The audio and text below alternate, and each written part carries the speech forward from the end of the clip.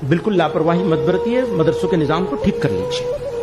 कागजात सही होने चाहिए, कागजात को सही करवाने पे पैसे खर्च कीजिए। सरकार फिर भी अगर खराब करना चाहे, दुश्मनी पर उतर आए, तो समझ लीजिए, एक बात याद कर लीजिए, फिर लड़ाई होगी जिंदगी और मौत के बीच का कोई रास्ता नहीं रहेगा। मौलाना कहना चाह रहे हैं कि कागजात सही कर लीजिए, फिर भी सरकार अगरचा ना माने तो फिर सीधा लड़ाई है। मौलाना से मैं कहना चाहता हूँ, लड़ाई छोड़ो, लड़ाई से पहले उन्होंने कितने मॉब लिंचिंग बनाए मुसलमानों के, कितनों को ख़त्म किया। क्या किया आपने? पूरी मुसलमान कम्युनिटी आपके भरोसे के ऊपर है कि बड़े समाज के बड़े, आपको समाज के बड़े समझे जाते हैं, लेकिन आप उम्मत को सब्र दिला रहे हैं। और जो आप कागजात की बातें कर रहे हैं ना, कागजात सही कितना भी कर लो, सरकार मानेगी नहीं। एक ही रास्ता है, तमाम मुसलमानों को मालूम है, एक ही रास्ता है। वक्त अभी ख़त्म हो गया। संविधान जो लोग नहीं मानते, संविधान के खिलाफ सरकार आज काम कर रही है, उसके खिलाफ मुसलमानों को रास्ते पर उतरना ज़रूरी है। और रास्ते पर मुसलमान तब उतरेगा जब आप हुक्म दोगे। और इतने मुसलमान मर गए हैं, फिर भी आपका हुक्म जारी होने के लिए तैयार नहीं। आप उम्मत को गुमराह कर रहे हैं, और तुमसे कोई उम्मीद नहीं हमें, तुमसे कोई उम्मीद नहीं हमें, मुसलमानों को कोई उम्मीद नहीं है तुमसे, क्योंकि तुम्हारे भरोसे के ऊपर पूरे हिंदुस्तान के मुसलमान हैं। और आपने जैसा सरकार गुमराह कर रही है तमाम हिंदुस्तानियों को, आप वैसे मुसलमानों को गुमराह कर रहे हो। देखो, सबसे पहली बात कि आसाम के अंदर से मुसलमानों को मार कर भगाया जा रहा है बांग्लादेशी होने के नाम पर, और उसके अंदर कई लोग ऐसे निकले हैं जिनके पूरे कागजात सही हैं, क्लियर हैं, फिर भी उनको मारा जा रहा है, उनके घर को गिराए जा रहे हैं। तब आप क्या कर रहे हैं? आपके लोग क्या कर रहे हैं जिसे समाज ने बड़ा समझा है? इसी तरह मेरे भाइयों पूरे हिंदुस्तान के अंदर होगा, और ये सिर्फ भाषण देकर चले जाएंगे। और एक बात और याद रखिएगा, हमारी मौत से सिलसिला बंद नहीं होगा।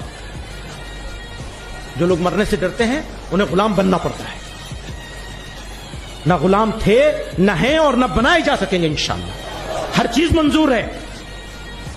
हम बिरादरान वतन में वो लोग जो समझदार हैं, बात सुनने के लिए तैयार हैं, हम उनका जूता अपने सर पे लेके चलने के लिए तैयार हैं। लेकिन जो लोग गुलाम बनाने की कोशिश करेंगे, उनसे मालूम है हमें कि अंजाम में हमारी मौत आएगी। लेकिन मौत सिलसिले को खत्म नहीं करेगी, जिंदा करेगी इंशाअल्लाह। आप याद रखिएगा, गज़ा की कुर्बानियां भी जाया नहीं जाएंगी। आप क्या समझ रहे हैं? जाया चली जाएंगी। ये अलग बात है कि फितने से बचना चाहते हैं, अपनी कमजोरियों को भी पहचानते हैं, हमें मालूम है हमारे पास क्या कमजोरी है। लेकिन तंग आमद बजंग आमद, याद रखिएगा। कोर्ट और अदालत में हम जरूर जाएंगे, मुझे कोई उम्मीद नहीं है, लेकिन आपको मायूस नहीं करना चाहता। और अदालतों में हमारे साथ बहुत बड़ी बड़ी बेईमानियां हुई हैं, इस वक्त भी हो रही हैं। बाबरी मस्जिद का हुआ है, ज्ञानवापी का हुआ, अभी हुआ है ज्ञानवापी। हम कैसे भूल सकते हैं इसको? नहीं भूल सकते। मौलाना, आपके बात में कोई दम नहीं, तुम्हारे जज्बात ही नज़र नहीं आ रहे। ऐसा लग रहा है कि तुम्हारे दिल के अंदर खौफ है, सरकार का खौफ है, सीधा सीधा नज़र आ रहा है। वरना आज तक मुसलमान जो बर्दाश्त कर रहा है, माँ बहनों की इज्जतें लूटी जा रही है, जगह जगह के ऊपर 10-20 की भीड़ आकर एक एक मुसलमान को मारी जा रही है। और तुम क्या कर रहे हो?